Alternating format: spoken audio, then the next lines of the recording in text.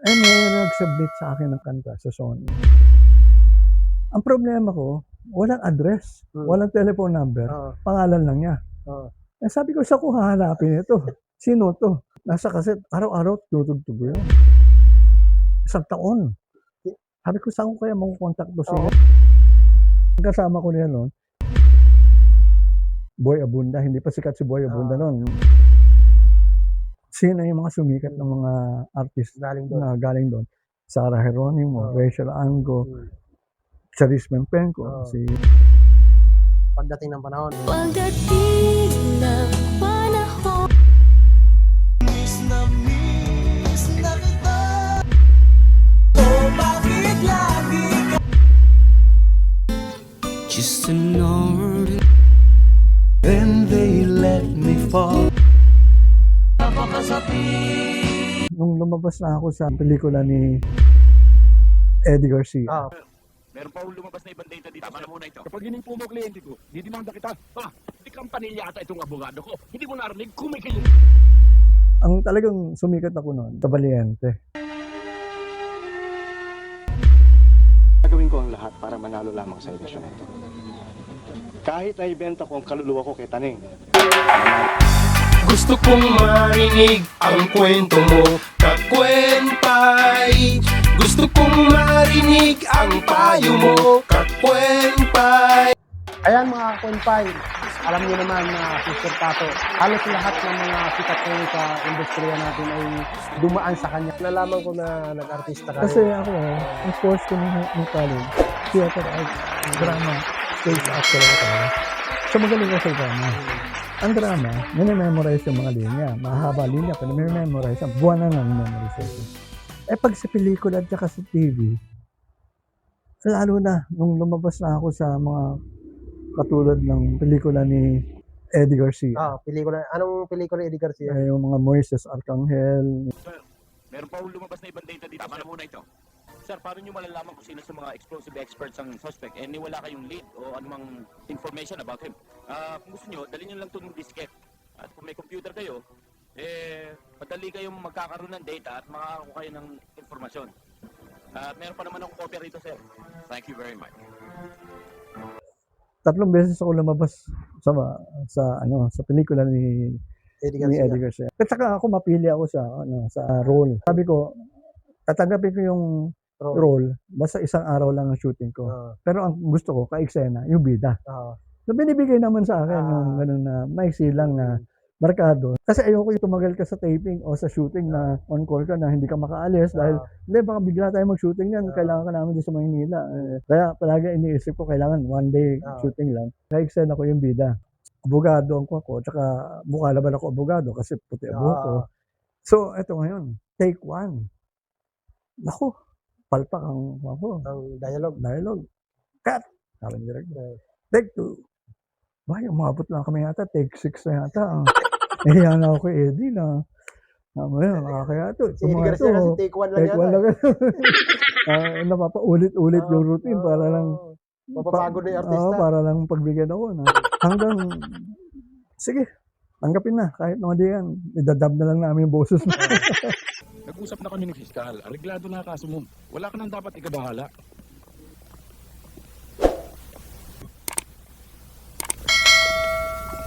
Pogi, mula nang lumaya ko, ikaw lang nakapagpakulong sa akin muli. Tumanda na ako ng ganito, ikaw lang nakasampal sa akin. Bakla! Kapag hininpo mo kliyente ko, didimanda kita. Hindi kampanilya ata itong abogado ko. Hindi mo narinig, kumikiling. Ayoko na lumabas pag sa Eddie Garcia ako, nakaya na ako. So one time, nagiinuman kami ng mga kaibigan ko sa SM noon.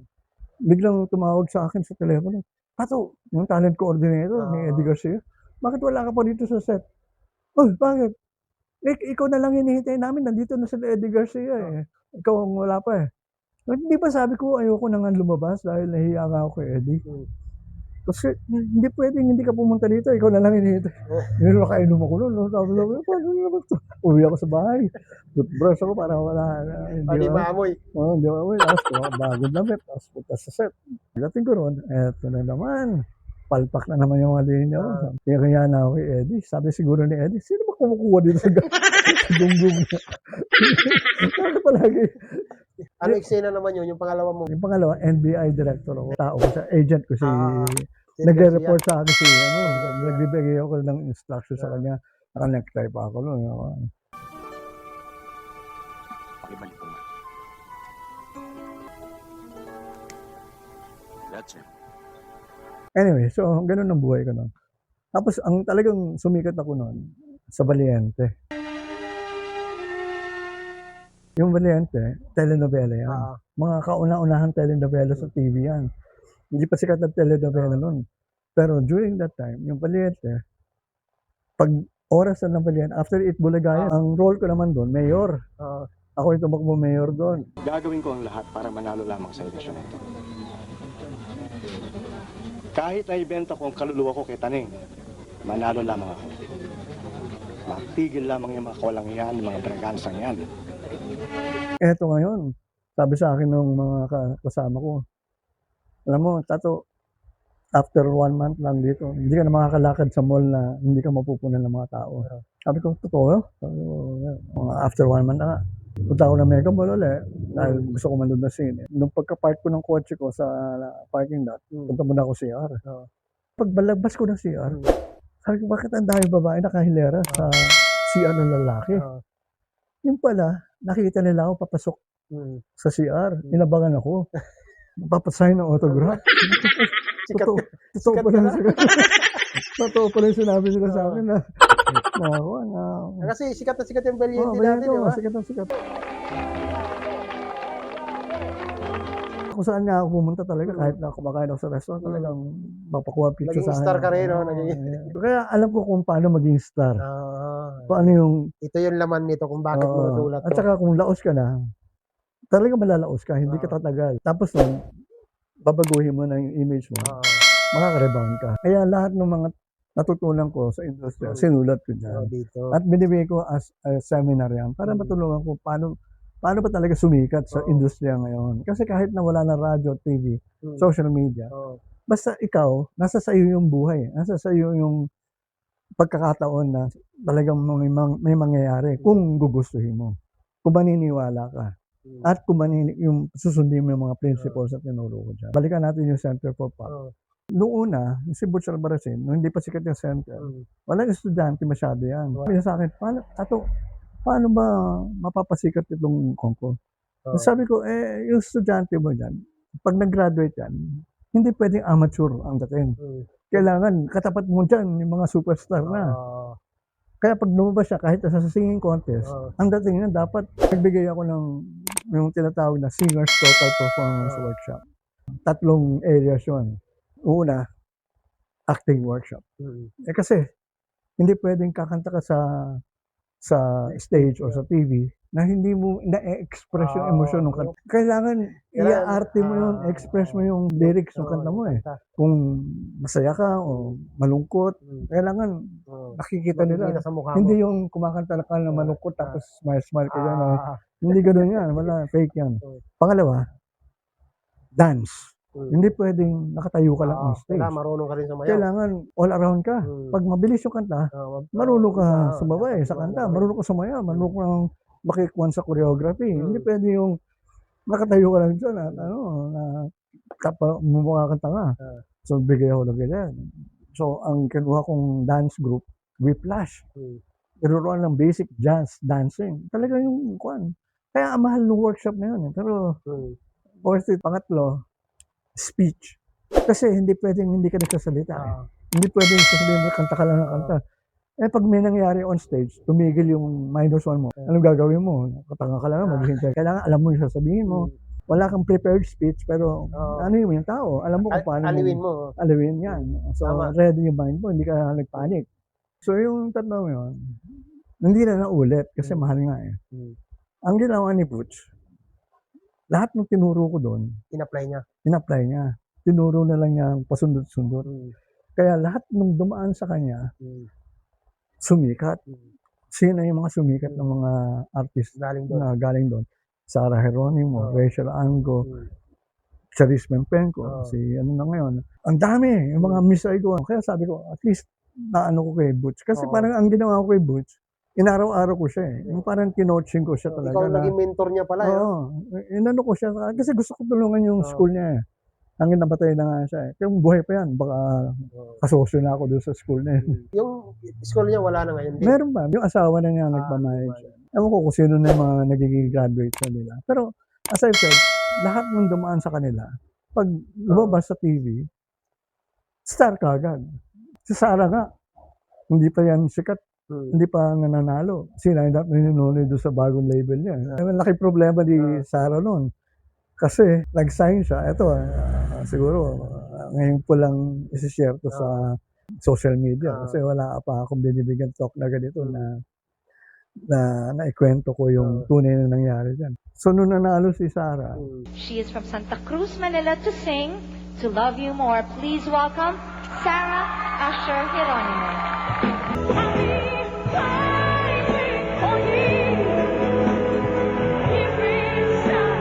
And the grand finals of the Star for a Night.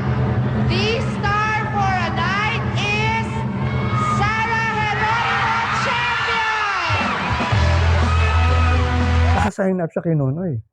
Eh, ang Ano yun? price, 1 million pesos. Ang ibibigay ng price, Viva. Oo. Eh, hindi ibibigay ng Viva. So, ano nangyari? Kinuusap nila si Nonoy. Oo. Sabi ni Nonoy, ayaw pumayag ng boss ko eh. Kasi nag-recording na eh. Oo. Eh, kung gusto na talagang pipilitin niyo, bayaran niyo ng ganitong halaga para ma-release sa kontrata. So, yung kinita ni Ni Sarah. Sarah dun sa kwan, Oh. dun lang napunta para lang ma-release. So, yun ang nangyari dun sa ano yan. Ngayon ko lang siniyari yan sa social media. Walang nakakaalam yung story Ibig yan. sabihin yun, napanalunan. Tinago nila sekreto yan eh. Yung napanalunan pala ni Sarah Geronimo na 1 million. Napunta napunta lang din pambayad. Kaya nga nung tinatanong si Sarah noon na, uy, yaman mo na. Oo. Hindi, pambayad lang ng utang. Totoo yun. Oo. Kasi ako, alam ko yun. Hindi na kasi binitawan ng Viva yon si Sarah dahil nga Oo, oo, oo. Saka, sabi nga nila, hindi kami mag-i-invest eh kung Oo. hindi ka sa amin oo nga mapupunta. naman. Paano bakit mag-invest Oo. doon ka nakakontrata sa kabila? So talagang, inano ni Sarah, sige, siguro, inutang na ni Sarah, sige, yung kuwang ko, bayad na lang Oo. dyan para lang makawala. Pero kita mo naman ang balik. Oo, grabe. Superstar na rin eh. So, yan, may scoop ka. Ikaw lang ang nakaano dyan. Oo, galing. Wala akong na-share pa niya sa sinabihan TV o sa ibang social media. Masaya mo yun. Wala. Sinikreto pala yan nila. Sinikreto yan nila Nonoy yan. Sabi ko, Noy, ano nangyayari kay Sarah? Ano na? Ito, share naman sa akin ni Nonoy yan. Ano kasi, kami ni Nonoy, we've gone a long way. Nag-manage pa kami ng disco niyan, si Nonoy Tan. Ngayon, presidente ng First Cup ngayon. Ang unang gusto lang namin i-manage nun, karaoke. Naghahanap kami ng investor para magbukas kami ng karaoke bar para kami magbabayad, para kami, I mean, imagine may day job kami sa Weir Records. So, gusto namin magkaroon ng other business. Oo. Nung na-discover namin yung isang disco na merong karaoke, pero from 5 to 9, tapos disco na siya sa gabi. Kinausap namin yung may-ari. Manage namin ito. Pero babaguhin natin ito eh. Wala na yung mga nakabikini rito kasi dati may mga nakabikini. Kasi dati ang pangalan yun, Odyssey eh. Yung pang Rojas, yung sa Rojas Boulevard eh. So, palitan ng pangalan, gawin naming Pulse Disco. Ang kasama ko niya noon, bagong-bago pa lang si Boy Abunda. Hindi pa sikat si Boy Abunda noon. Siya ang PR namin. Ano, kasama mo rin pala si Boy Abunda? Oo, yun. Minayos namin yung disco hanggang nag-quit na ako kasi gabi-gabi. Naku, puyat ako. Si Nonoy, umuwi na, 9 o'clock. Tapos na siya. Eh, ang disco, ang umpisa, 10 o'clock ng gabi hanggang alas 2 na madaling araw yung kinabukasan na. So, puyat lagi. Hindi ako tumagal. So, after siguro mga 8 months, quit na rin ako. So, sabi ko, Noy, ayoko na. Hindi ko na kaya to. Kasi puyatan talaga. Oo, puyatan. So, si Nonoy, after some time din, nag-quit na rin. Si Boy Abunda. Siya na lang ang nag-manage. Siya nagpatuloy. So, tingnan mo na ngayon si Boy Abunda. Isa na rin. Sikat na rin. Sikat na sikat. Saka marami na rin siyang talent, di ba? Oo, ang daming talent. Ang dami ko experiences. Kasama ko lahat yan bago sila lahat sumikat. Balikan ko lang yung kwento natin doon kanina tungkol doon sa Sa WIA ka. Di ba si Roel Cortez sa WIA din siya nun, di ba? Oo. Nakatrabaho mo rin ba si Roel Cortez doon? Oo, kasi nga ako ang naghahandle ng promotions eh. As a matter of fact, may medyo masama nga loob niya sa akin doon dahil hindi ko raw siya binubuk siya sa TV. Kasi ang gusto ng mga TV noon, yung mga sikat na kadalasan noon, sila Gary V, sila Celeste, sila Florante. Ako si Florante, dami ko rin kwento na yung Florante na ako namin.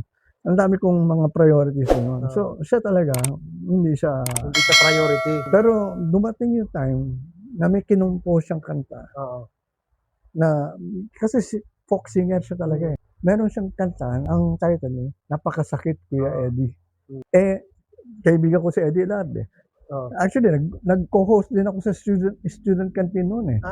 Meron din akong araw noon sa student canteen, every Friday, 30 minutes, kapihan sa student canteen. Ako ang co-host ni Eddie Lardo sa ano na yun. Mga kabataan ng mga nag-i-interview sa mga politiko na ini-interview nila. So, naging close kami ni Eddie. Yeah, dito rin, pupunta sa Eddie. Ilong ko, Lababi Ledesma dito. Dahil na pala ditong star na. Itong upuan na ito, marami ng sumikat. Marami sikat. Dito Marami rin na punta sikat. sa Isa na ako doon ah.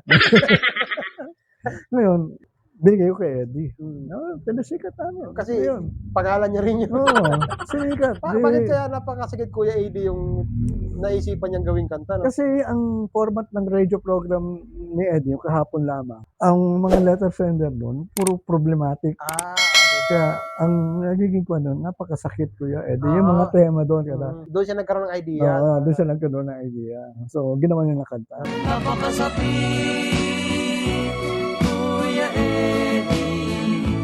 So, tuwa si Eddie. Kaya prinomote. Oo, napromote. Sumikat si Roel. Oo sikat na sikat si Roel. Hanggang ngayon, mga kanta niya, di ba? Oo. Napag-usapan nga namin yun ni Tito tungkol doon kay Roel. Si Roel talaga, may pagkaano yan. Parang galit sa mundo yan kasi parang hindi nila kukuha yung gusto niya makabit nun na mga bagay-bagay na. Alam niya, magaling siya, alam niya sikat siya, parang hindi yun ang gusto niya. Yun na nga, lumabas yung napakasakit ko yan. Alam mo, ang malungkot kuminsan sa mga recording artist, kung hindi ka composer. Kung composer ka, pero yung mga kanta mo, hindi naman ganun kahit. May nakikialam. Buti kung ang nakikialam, mga katulad namin na alam namin, yung papalit namin, mag-hit talaga. Kasi, alam mo, may kuhan kami eh. Hindi ako aral sa music eh. At tenga ko, hindi ako katulad ng iba na pang studio. Yung lahat ng mga tunog, alam nila kung paano i-balance yung ano. So yung ba, ganyan kagaling. Sa studio producer, magaling sila. Pero pagdating sa commerciality ng kanta, hindi nila alam. Kasi ako, ang emosyon ng kanta, nafe-feel ko kagad. Pag hindi ko na-feel yung emosyon, wala yan. Tulad na lang ito. May kanta ng isang singer. During that time, wala sa trend yung music niya. Folk. Gusto ko ibalik yung folk. Kasi mahilig ko sa folk. Dalawa yung music ko eh. So, folk music, maganda sa akin. And Beatles, yung nahilig ko. So, yung mga genre ko, I mean, all throughout the years that I was growing up, yun ang pinapakinggan ko music, Beatles. Yun ang basahan ko, kung ano yung maganda. So, nung dumating ako sa recording, sabi, paano mo nalalaman na mag-hit yan? Kasi naging A&R na ako later on eh. Kasi sabihin, pag A&R ka, ikaw talaga mamimili ng mga kanta. I mean, ikaw ang mamimili ng singer, ikaw ang mamimili ng kanta, ikaw ang mamimili ng producer, ng mga musicians, isa din sa mga pinidus ko sa Sony noon, si Nonoy Zuniga eh. Nonoy Zuniga, pagkakilala ko sa kanya, before he was a member of a band, before siya naputulan ng... Accidente ba yun? Oo, bomba yung kanta, yung nasa CR siya, na may nag-explode na bomba. Kaya naputol yung naputol yung paa niya. Pero bago yan, folk singer siya talaga. So alam ko, balik ko sa kanya yung pagka-folk niya, meron akong album na magagawa. Which is, I was able to produce yung title na Impressions. Hanapin yun, Nonoy Zuniga Impressions. Then they let me fall, and now I'm falling fast again. Yun. Produce ko yun. Acoustic yun. I'm going back to this guy na sabi ko, gusto ko ibalik yung folk. Pero during that time, may namumuuna palang genre na kung tawagin acoustic. Pero hindi ko pa nade-define talaga kung ano yung acoustic. So, ganun yung kuha ko. Eh, may nag-submit sa akin ng kanta sa Sony. Ang problema ko, walang address, walang telephone number, pangalan lang niya. Eh, sabi ko, sa ko hahanapin ito? Sino to? Nasa kaset, araw-araw tutugtog yun. Isang taon. Hanggang dumating yung time na merong friend ako na may recording studio siya, may pinroduce siyang album. Tato, pakinggan mo to. Nag-recording sa akin ito. Ito yung kanta. Sabi ko, yun yung singer na yan. Tagal ko nang hinahanap. Eh, saan ko siya makikita? Sabi, no, siya yung parang manager ng Hobbit House. Puntahan mo doon, nandun siya. At saka kumakanta siya doon. Walang iba kundi si Mark Velasco. Pumunta ako doon. Customer. Nakigyan ko muna si Mark Montano. Set niya. Pakisabi na, Tato Malay yan dito. Pagkabasa ni Mark nung Tato Malay. Tinigil yung set. Punta ka agad sa akin, Sir, kumusta ka na? Sabi ko, bakit nagsabit ka sa akin ng kanta na walang address at saka walang telephone number? Ganun ba? Kaya pa na wala akong response sa'yo eh. Sabi ko, laki, isang taon na nakakita ang hinahanap eh. Yun na, sinayin na pa sa Sony. Yung kanta, sumikat, Ordinary Song. Just an ordinary song. Just an ordinary song to a special girl like you. Ngayon, sikat yan. Pagpunta ka ng Baguio, lahat ng folk singer doon, kinakanta yun eh. Buti na lang nakita mo rin si Sir Mark, no? Oo, tsaka yung that time, eto nga eh. Paano ko kayo ibabalik ito? Walang trend. Wala pang acoustic, hindi pa talaga noon. So, si Mark talaga nag-umpisa ng acoustic eh. Masaya ka na pa dahil ako'y nahihirapan pa. Dahil ikaw lamang ang nais kong makasama. Ang tumapat kay Mark, hindi mo akalain folk singer din. Kasi he became popular doing another genre. Walaan mo kung sino. Sino nag-compose ng Sex Bomb? Dito ka mo? Dito ka mo. Folk singer, Dito ka mo dati. Alam ko, folk singer yan. Oo, sila makatapat. Meron siyang kanta na tumapat kay Mark. Bakit lagi kang ganyan nakasimangon na naman? Miss na kita. Sana'y ganun. So silang dalawa nagtatapat hanggang dumating yung kanta ni Aisa Seguera.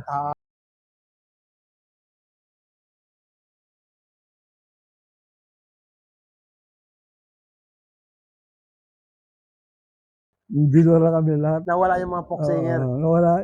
Acoustic na nga. Pero si Aisa kasi no, kumakanta rin sa mga bar noon. Tumutugtog siya acoustic parang na. folk acoustic din nga. Kasi hindi na folk kasi ang tawag, acoustic na. Acoustic na, oo. So, kumbaga, kami pala nag-introduce ang acoustic. Pero hindi pa namin alam. Ang tawag pa lang namin folk. Kami Lalito Camo tsaka ni Mark Velasco. Ang bumura nun, Si Aisa. si Mark, sumikat naman yung kanta. Yung si Lito, hindi sumikat yung kanta. Nag-shift siya ng genre. Nag-ano na siya, novelty. Doon siya kumita ng malaki Sinulatan na. niya na yung mga, ngayon sikat na siya. Yun na. Tuloy-tuloy. Ito mo yung experiences ko talaga na ako. Halos lahat pala talaga ng genre. napagdaanan mo. Kaya sabi ko, alam ko kung paano magpahit. Lapitan niyo ako, kausapin niyo ako. Ito mga kasama ko sa Philscap, ayaw maniwala sa akin na kaya ko magpahit. Baka ito yung pagkakataon na through this video. Pwede niyo pong ano yun sa mga Hindi, kasi nga, nakikita ko yung struggle niyo. Nakikita ko yung paghihirap mo. Gusto ko kayong tulungan. Hindi niyo ako kilala. Nakikita ko lang kayo pag nagpa-party tayo sa Philscap. Pero ngayon, kung gusto niyo pakinabangan ako, lapitan niyo. At pag-usapan natin, share ko sa inyo lahat ng share na pinag-usapan namin dito. Baka, ito yung kailangan yung marinig. Sabi nga nila, tagal na yun eh. Panahon pa ng radyo yan, taka television, iba na ngayon eh. Online na eh. Viral. May napa-viral ako. Diyan, sa upuan naman yan. Napalitan na ito, pero dati dyan, sa upuan na yan, nakaupo nanay ko, 100 years old. Kinuha namin ng picture ng sister ko. Nung kinuhaan ko siya, naka-makeup, 100 years old, hawak ng tablet, nagsuzoom. Merong reunion sila nung mga kaeskwela niya. Nilagyan ko lang ng caption, Oo. my mother at 100 years old attending a Zoom meeting, a Zoom reunion. Oo. Kaya nakita ko yung picture na nagsuzoom siya. Nag-viral. Mm. Aba ABS-CBN, nagpunta rito, GMA, Channel 5. In-interview ang nanay ko talagang, pati ako, kasama doon sa one. Talagang sabi ko, anong sinasabi yung laos ako? Kaya ko pa magpa-viral. Yung nanay ko, hindi naman sige, napaviral ko. Importante, istorya ka. Ano yung istorya mo? Yung istorya ng nanay ko, 100 years old, nagsuzoom. Ang Zoom America nga, nagpadala ng mga souvenirs at saka t-shirt. Suot ko sa mother ko. Ama, suot mo to, pulang kita picture para pakita ko yung ano. pakita Ayun, na sa kanila. lalo nag-viral. Ang galing ano.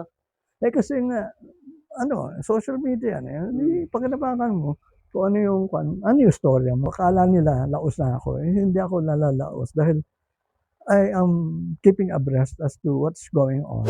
Kaya alam ko yung mga pinagsisikapan. Actually ngayon, babalik nga ako sa recording talaga. This year, meron akong nakikitang trend na ito, global hit ito talaga.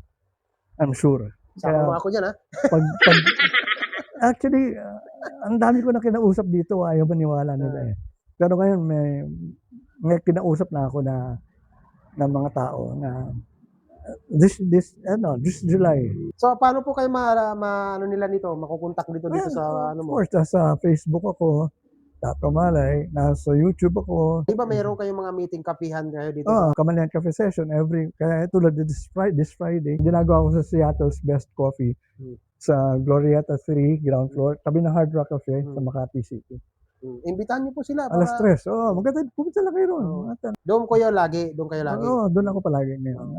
At least, kung gusto niyo makita in person, doon ako. Para naman Ina-announce ko naman palagi yan sa social media ko. Yan, konting kwento ko lang po, si Sir Tato kasi, hindi pa naman kami matagal magkakilala nito kasi nagkita lang kami nito doon sa bahay ni Tito Dong kay Branduan. Doon kami nagkakwentuhan na doon, parang interesting talaga ako sa kwento niya kasi nadidinig niya. nadinig ko siya. Nagre-recording kasi kami noon nung time na parang nagkaroon ng break, kinakausap ko yung ibang composers. Ito mga binibigyan ko na sila ng ganitong talk nga na So, sabi ko nga, alam mo, dapat marinig ito ng karamihan ng Phil's Cup members. Sabi ko, pakikinabangan nila ito kasi hindi naman ako para sa akin lang Gusto ko makatulong Nakikita ko yung hirap nila, wala nangyayari. At yun nga, tataka sila bakit ganoon. Kasi nga, hindi nila alam kung paano, yung pag-iisip nila. Hindi sila naniniwala unang-una baka hindi sila naniniwala sa ginagawa nila. Kasi nga, umpisa yun, kailangan maniwala ka. Tsaka wala kang ginagaya. Huwag na kayong magmistiso. Tapos na yun. Kumita na malaki dyan sila Benny, sa Turdo, sila Lito Camo, sila Nunitan, kumita na yan ng malaki dyan. Okay lang yun.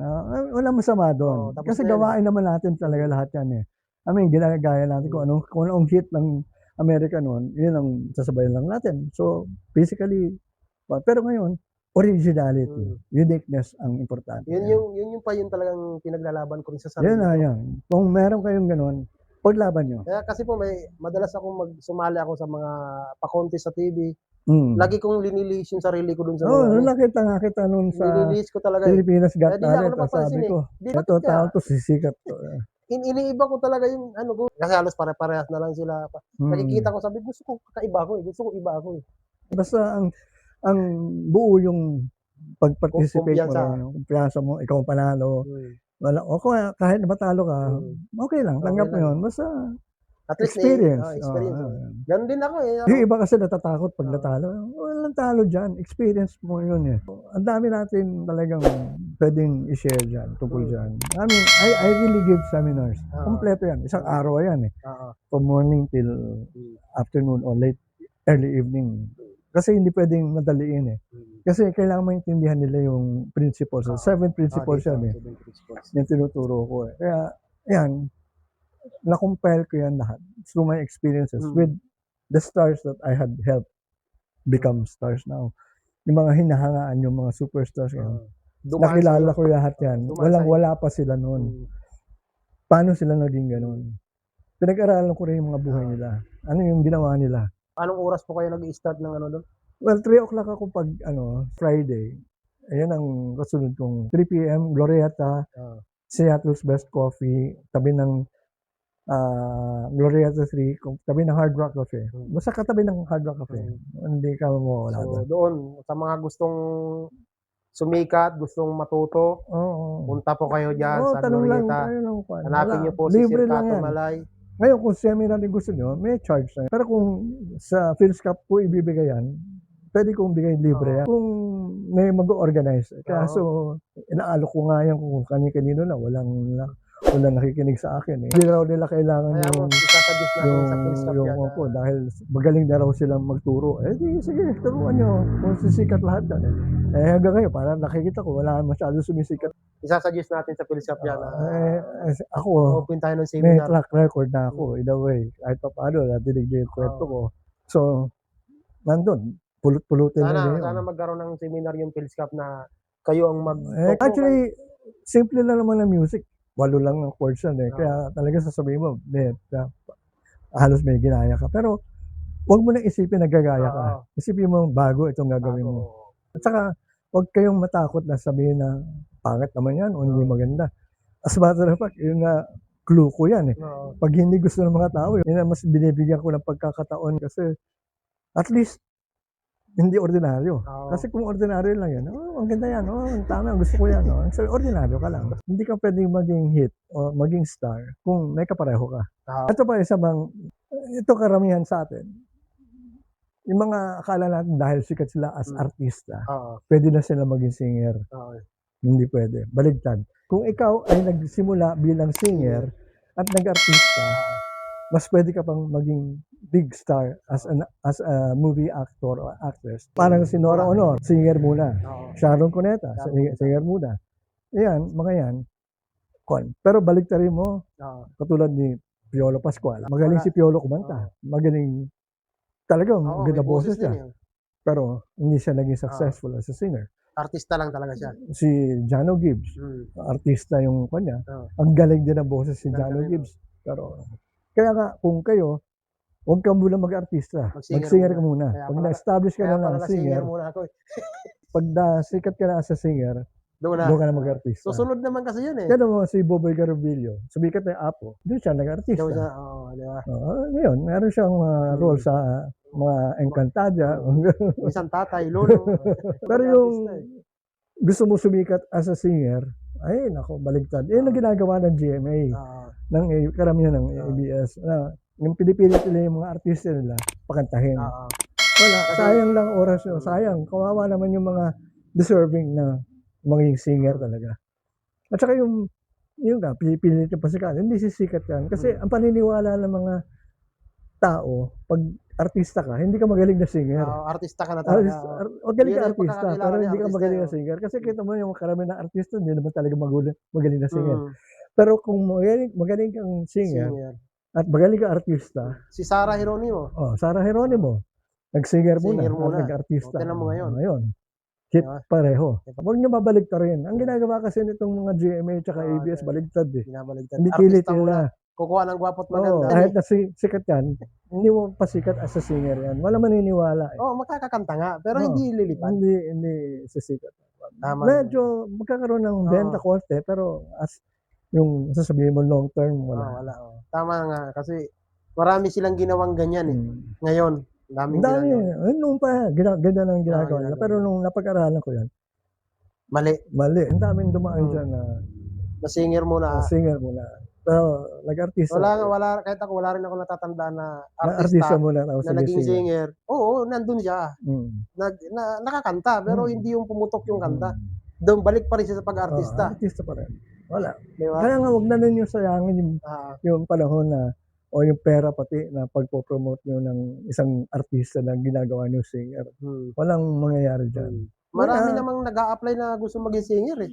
Pero yun nga, unahin nyo muna, priority nyo. Ano kayo? Singer ba talaga muna? Panindigan nyo muna yun. Doon lang muna kayo. Kasi, later on, kung wala talaga as singer, hindi mag-artista kayo. Pero yung sikat ka lang artista, kala mo makikarry over mo yung popularity mo as a singer, hindi. Hindi nangyari yun eh. Nangyari yung singer ka, madala mo yung popularity mo Oo. sa pagka-artista. Ariel Rivera, Ariel.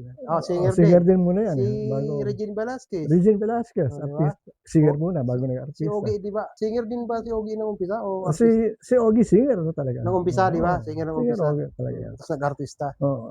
Lahat yan, singer mo. Ngayon, tingnan mo ngayon, di ba? Yung mga hindi alam ng karamihan eh. Paano talaga nagiging Tama hit nga ang naman, isang ah. kanta eh. Tama. Pinipilit nila eh. So, sabi ko, sayang eh. Sayang. Kaya sabi ko, kung ako nasa GMA lang o nasa hindi ko na ano yan. Yung GMA Records, okay, Keddy, hello Keddy. Sir KD. Kilala ko yung mga tao dyan. Pero yun na nga, forced to good sila kasi yun ang gusto nang gawin ng kumpanya sa kanila eh. Oo. Sabi na exposure para sa kanila pa rin yun eh. Hmm. Pero ang Viva, alam nila yan. Oo. Marunong ang Viva. Kita mo naman yung mga hawak ng Hawak ng Viva. Ayan, sila Sarah Geronimo, sila Puro star, Sharon. no? Hinihiwalay nila. Hmm. Pero pinagsasama later on. Hmm.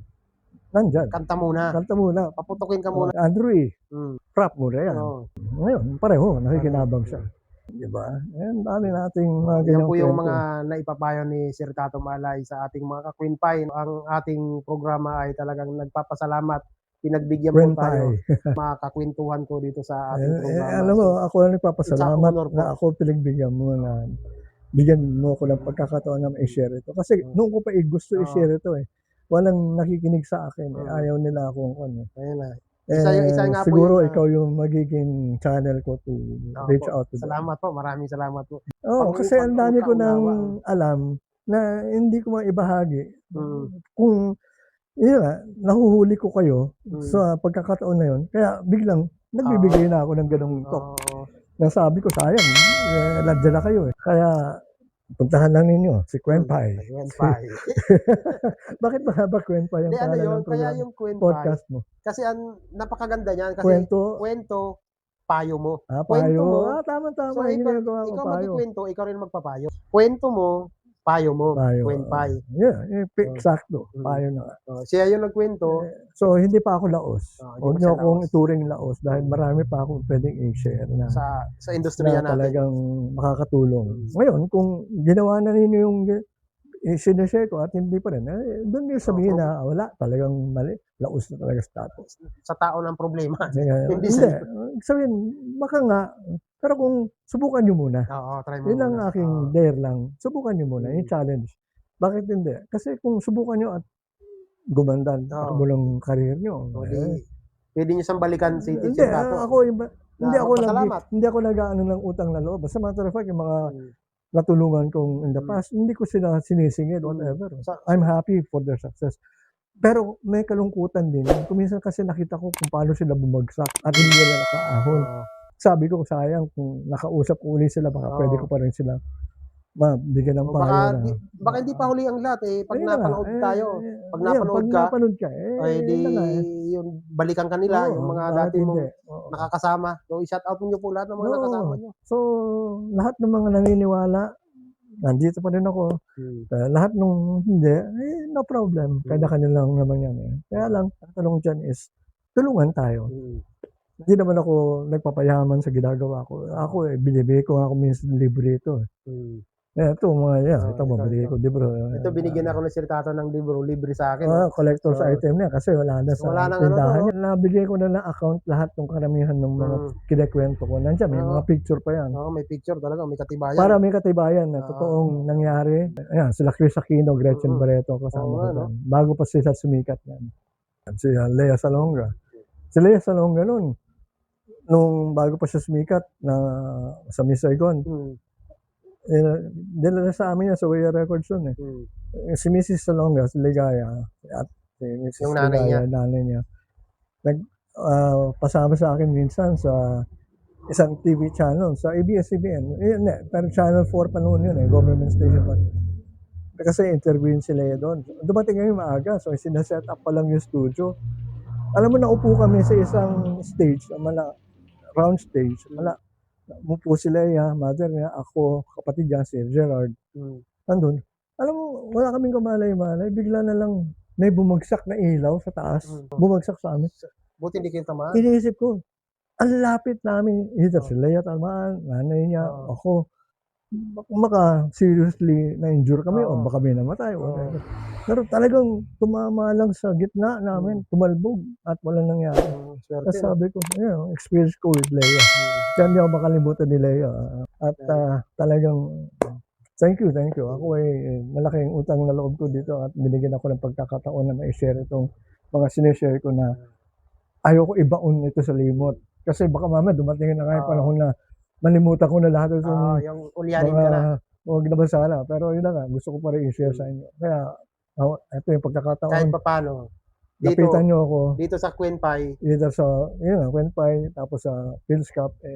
Alam nyo, okay, ito nga yung ko. Hindi lang sa stars ito ngayon ginagawa ko. Pati sa mga atleta. Nagko-coach ako ngayon ng mga Oo nga pala. same principles yan. Volleyball, tsaka sa golf. Mga bata, inumpisa ako bata. may nakwento ka sa akin na yung nag-ano ka ng Star Olympics ba yun? Yung, Oo, yung dati, ng ano ko. Kasi meron akong ginawang noon, Star Olympics. Pero ang ginawa ko, Mm. pang OPM.